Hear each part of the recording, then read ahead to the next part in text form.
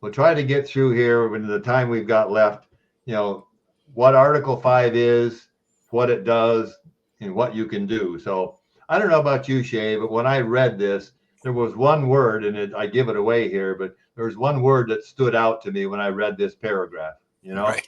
Yeah, the or statement.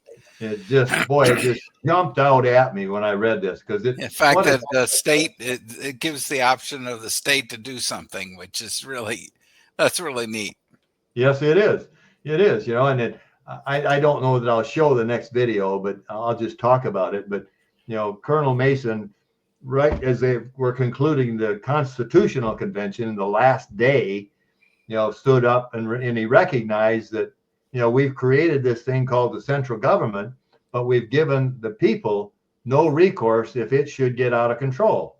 Right. So he created this paragraph and he put the word or in there, giving we the people the opportunity through a convention of states, an Article 5 convention of states, gave us the right to call a convention working with our state legislators to address what is for sure today an out of control condition in our federal government. Yep. So that's pretty insightful if you think about it. Yes, it is. That he would think about that and convince the other group and founding fathers that this was necessary.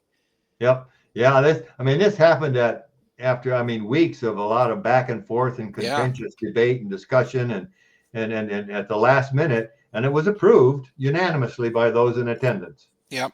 They felt it important enough to give we the people the right to be able to counter what our federal government could possibly end up doing. So, As you say, it was pretty insightful. Right. I'm not going to run this video because it just talks to what we just discussed.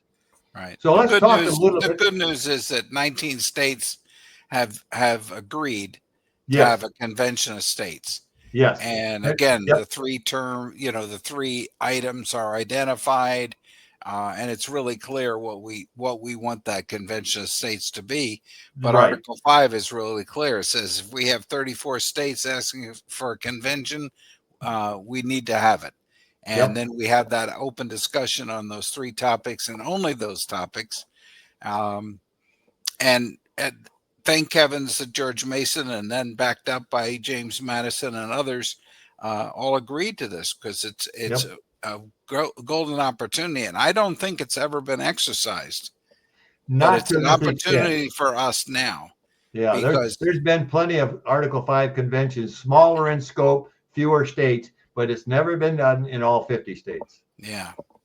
Well, the importance right now is that, if we agree, I think collectively that Washington is broken and that they're not going to fix it no matter who's in power. It's not going to get fixed on a long-term basis.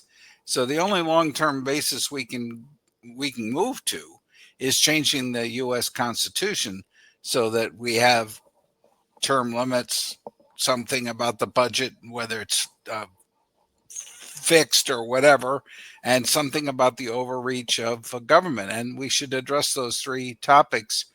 And again, 38 states have to agree to it. So it's it's impossible to be some crazy thing.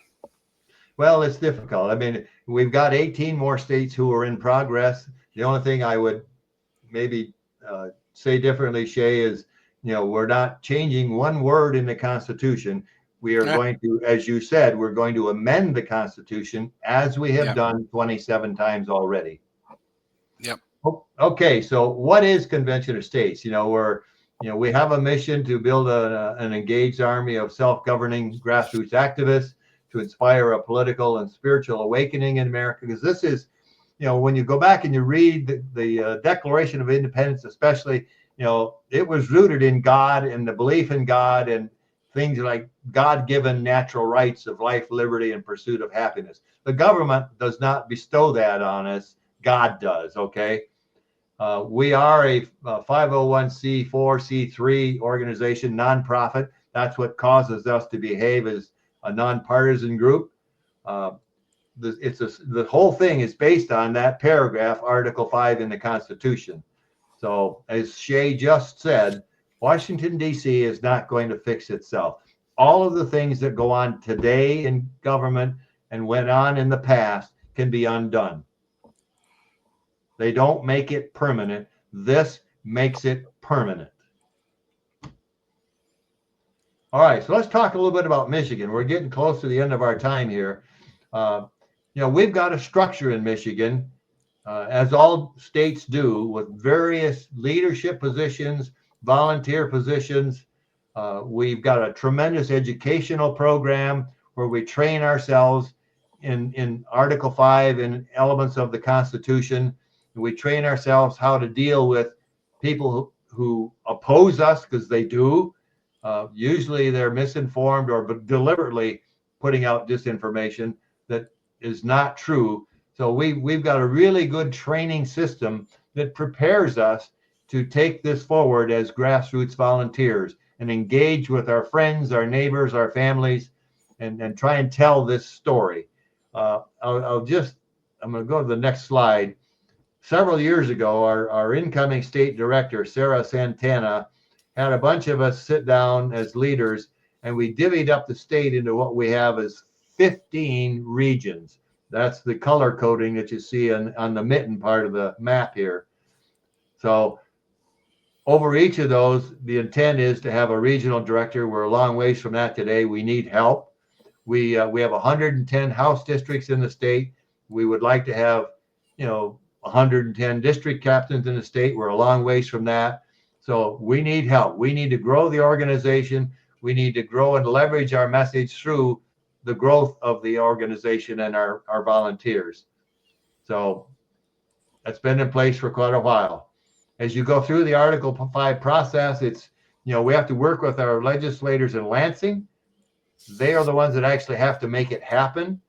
We work on them through the grassroots effort with information and education from our volunteers and our citizens. They call, they contact, they meet with their legislators. We do it all the time, trying to bring the legislators on board because they're key in this whole process. They're the ones that have to support this. We have to have legislative sponsors to get it introduced. They've got to vote on it. We've got to get 34 states to pass the resolution. And I think you said earlier the resolution is the same in all 50 states, right, Shea? It is. Yep. And it's the same subject in all 50 states contained within that resolution. Okay.